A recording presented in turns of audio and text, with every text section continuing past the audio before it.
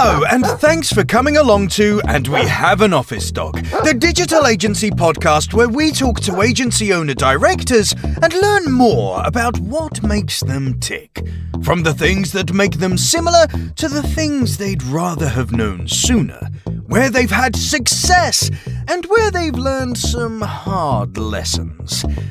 All will be revealed with your host, Chris Simmons, the agency coach, and he'll be talking to a different awesome agency person in each episode, asking them 4 questions and seeing where the conversation takes us over the next 25 minutes. Okay, so let us begin. Over to you, Chris. Thanks, voiceover guy. And on the podcast again, we have Andy from Adido. How are you doing? I'm very well, Chris. Thanks for inviting me back on again. Well, you were lucky to be back on again because the first time we tried to record this, you joined from the car. So, apologies. I was trying my best, but it wasn't to be that day. It wasn't, but we're here now. So, for those who are naughty and have skipped season 1 and don't know who you are still, tell us all about you, what your role is, and what Adido do. What do Adido do? So we are still, I would say, a full-service digital marketing agency. And whilst that may sound a bit old or a bit crap these days, we genuinely are. We do have, I guess, 2 teams which cover website build, 2 very technical, very large scale. And we do have an in-house digital marketing team of SEO, PPC, and analytics. So that's what we do. This July the 1st, as well as it being Google Analytics 4-day, is also our 20th year of trading as a limited company. So a big milestone, and one that... Can I have a party? We haven't even talked about that yet. We're too busy doing work. But that's great. We'd like to try and do something to celebrate, certainly. So yeah, big milestone. And yeah, we're quite happy, I think, where we are at the moment. So things are reasonably good. Awesome. And full service, like you say, websites and SEO, or is it what else is inside that mix? The digital marketing team is predominantly search. We do some display work. We do some social paid ads. Someone asked me the other day, can you help me with my social posting? No, to me that's not really of that much value. It's a good brand activity, but it doesn't drive leads. Yeah. So it's about performance marketing, I guess, in a higher level nutshell. So since we last spoke, what have been some of the kind of key developments inside the agency in the last year? Well, we've hired a few more people. We've lost a few people. In the last 12 months, we've lost our biggest client, which has been a bit of a shock. Many agencies I've spoken to in the past have had 2 or 3 big clients that are 50-80% of their revenue. And over the years, we've always avoided that until about 3 years ago. We had a client that was about 30% of our revenue, tied up in one PO and one invoice. And end of last year, they went to a big pitch. We went in for the pitch. We didn't succeed in the pitch. And reading between the lines, I think there's some internal changes, politics going on, which meant we didn't get it. So this year, so then obviously been a big focus on pushing sales, pushing marketing, pushing our brand, if you like, in more people's faces in the nicest possible way, and be a bit more proactive with sales and marketing rather than having a bit of a nice comfort blanket of a nice big client giving us lots of work and lots of money repeatedly. So it's been a bit of a wake-up call, but one that I'm enjoying the challenge of trying to figure out how do we become more relevant to people, I guess. Obstacles become opportunities, don't they? And it seems to be working because I see either you or Adido branded content almost everywhere at the minute. So if I'm seeing it, then I'm guessing a lot of other people must be seeing it as well. Unless you're only getting like 4 impressions, and that one of them is me. Well, I mean, that has been a bit of a wake up there. We have made a change to our marketing because as much as we love to promote the Adido brand, ultimately it's the people behind the brand in an agency. Yeah. And certainly we've taken a bit more of an approach of I'm a bit more of a face rather than the company as a face, because you post something as Adido, you might get 15 views on LinkedIn. If I post something, I might get 150 or 500. And certainly that's been a wake-up call. Secondly, we've had a really, really great PPC lady join us who has her own sort of side business, and she's shown some of the numbers about how if you promote yourself regularly enough, the algorithms will like you enough, and it will start to sort of snowball and or flywheel or whatever it is. So that's been another learning and another thing we're trying to put into place. Nice. So season 3, we'll find out how well it's gone. Yeah, watch this space and don't get annoyed with me in the next 12 months. Yeah, I often worry about that, and I think the echo chamber of the digital marketing, digital agency community makes it feel worrisome. But then I don't know if you know this, but according to just LinkedIn Sales Navigator, for example, people who on LinkedIn identify as a leadership person, so someone who owns or runs an agency in the English-speaking world or identifies as having English as a fluent language, how many people do you think there may well be? But just leaders of agencies. Oh, goodness me. Hundreds of thousands, millions, I don't know. Yeah, about 890,000. And that's not including any of the staff they may hire or any of those kinds of things. Obviously, take it with a semi-pinch of salt, because some of those people might actually be freelance or whatever else. But yeah. I remind myself of that every single time I post something which I worry that will annoy someone that they see it. And for those that do see me a lot and do see Andy a lot, you've got the mute button, mate. So that's it. So in the last year, I know that there's been a huge amount of changes in the last year from in the sector, from people-related things to tech-related things. What was one of the kind of big industry things that you've seen evolve in the last year, and what are your plans around either tackling or making an opportunity out of it? I mean, going back 12 months is quite hard. I can't remember what we were thinking or doing this time 12 months ago, to be frank, and I struggle even to remember last week. But the thing that's been on everybody's lips in the last 3 months is the whole sort of the GPT, the AI thing. And I'm taking a bit more of an interest in it. There's been a lot of talk in the last month about how Google's now dead and everyone's going to be using Bing and the world's changed forever and this is groundbreaking stuff. That's total nonsense, absolute BS. People are not going to stop using Google tomorrow. But it definitely opens up a conversation of, well, what does the future look like? How do I present myself online?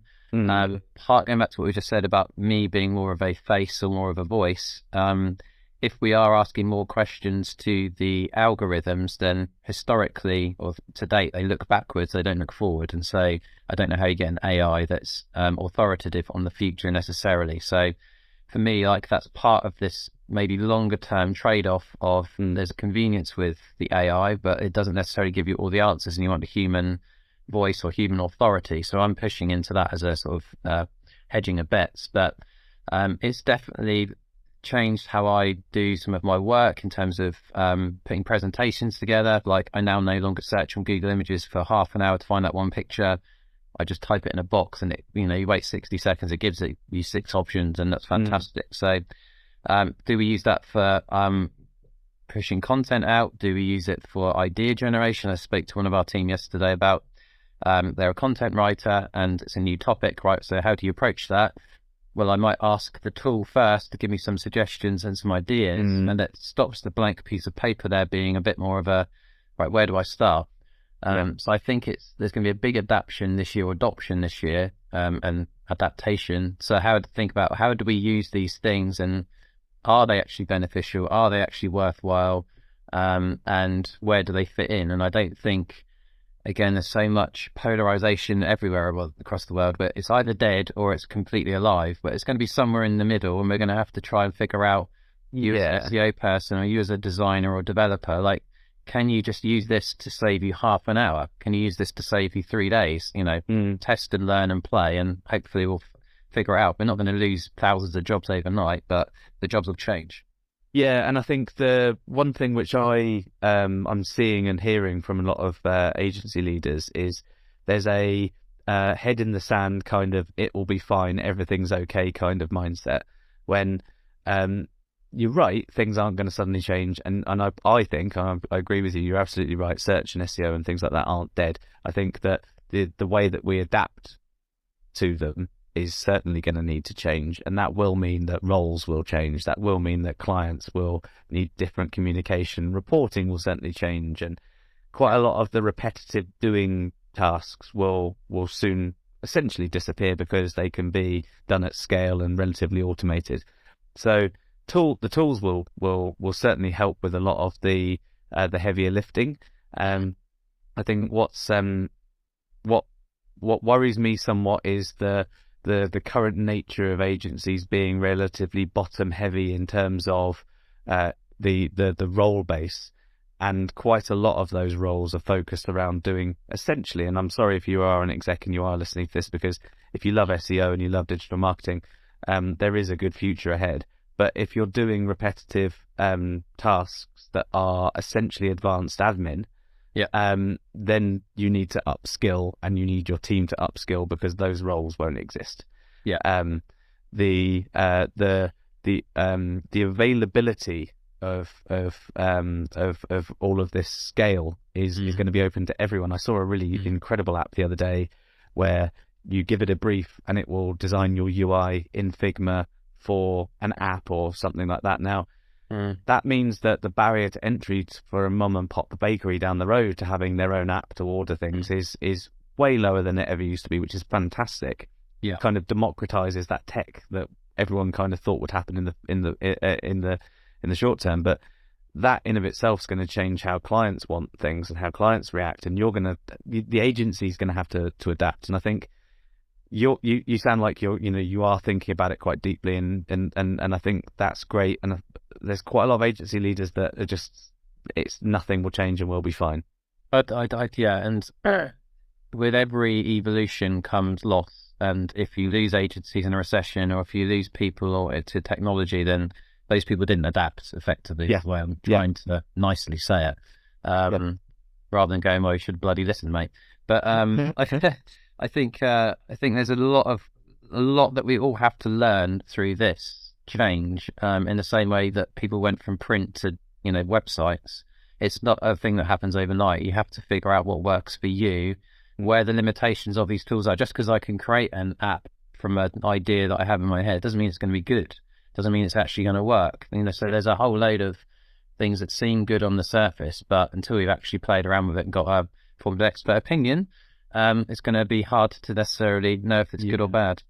Agreed. And so, with that in mind, and with your the major changes in the agency in the last year, what do you think's been like a key thing that you've sort of personally or say professionally developed in the last that you've taken into that leadership position?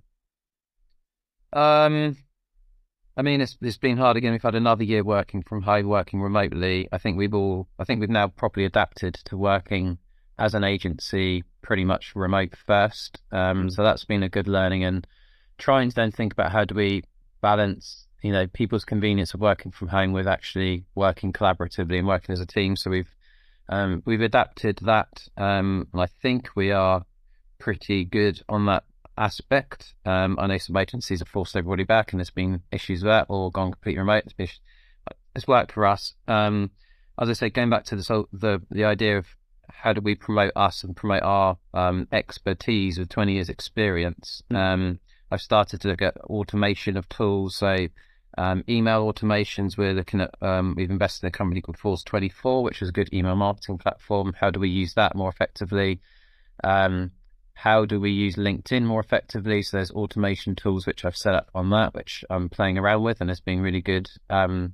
To, I guess, go back to what we're saying, as the general theme here is to streamline work, rather than me sitting down and punching out 50 messages, type the message and get it out there, and just be a bit more proactive. I think, thing that we've learned, thing we want to do more of is to be more proactive, to try and find the people that we can really add value to.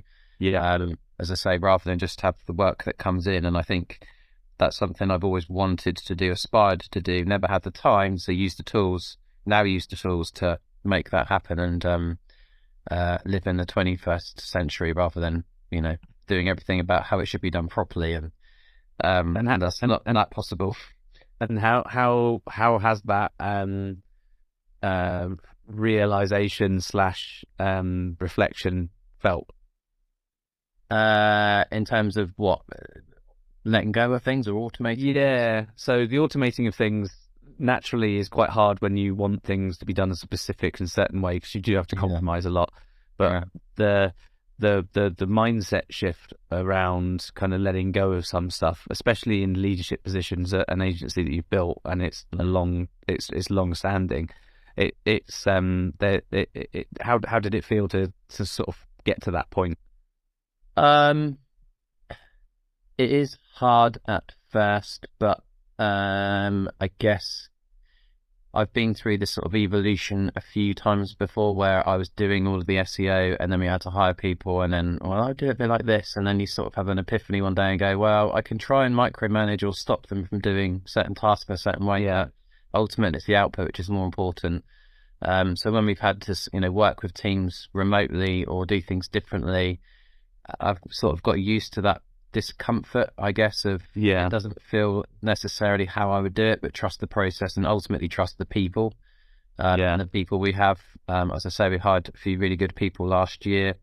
Very happy with the team as it currently is, and if things go slightly, of course we correct it rather than trying to control it from day on. I think being comfortable in uncomfortable situations is sadly something that we all have to deal with as leaders in digital agencies. So fast forward an entire 12 months and we're talking again, hopefully. What's the core focus for Adido for the next 12 months?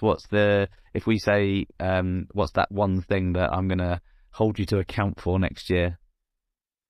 I guess a number of things. One is to keep up the content production, making sure that that's sustained and consistent, because I've had bursts like this in the past, and after 2 or 3 months, big project comes in, I need to work on this pitch, doesn't happen, etc. So number one, I'd like to just make sure that I am consistent and stick to the task. Number two, the thing we're going to be famous for is for Google Analytics 4, which we talked about before we pressed record, but we've done a huge amount of investment in learning about the platform, looking at the platform, understanding why it is the way that it is, the challenges that come with that, and trying to educate people about this isn't what you're used to, this is something very different, and here are the reasons why and what you're going to have to learn.